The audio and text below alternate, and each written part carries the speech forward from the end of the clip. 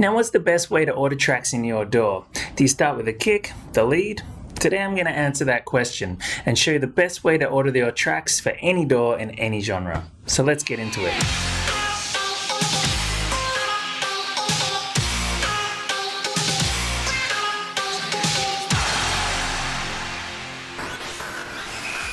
Hey, this is Bass Clef, and I teach music producers how to finish great songs fast and get that pro sound.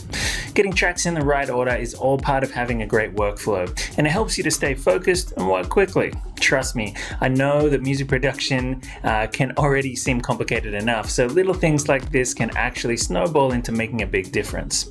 So let's jump into the DAW and explain how and why this works. What's up guys, Bass Clef here with a life-saving music producer tip here for you. Seriously, it seems simple, but it's going to come in handy. It's about the order you put your tracks in. I often see people putting their kick at the top and then maybe bass, and then things just sort of go wherever. I've got this system that works really well, and you need a good system that you can stick to forever, because one day you're going to have a great song and you're going to get it licensed to an ad or something on TV, and they're going to want you to come back in and edit it and change something about it, and you're going to open a session from 10 years ago and you're not going to be able to find where you put things, and they're going to want that edit delivered to them probably within an hour or at least 24 hours, and if you're struggling to find things, you might not get that gig and you're going to miss out on getting paid. So here's the order. This is what I've been using for 15 years or more, and here's the reason why it works and why I stick to it. I put my vocals at the top. You can see they're here in blue. This one's a sampled one, another one here. The reason why is because if you have vocals in your song, they are the most important thing. Seriously, that's what most people pay attention to. They've got to be clear. You need to give them priority as well. Next down from that, I have my melodic parts because, well, leads, supporting melodic parts.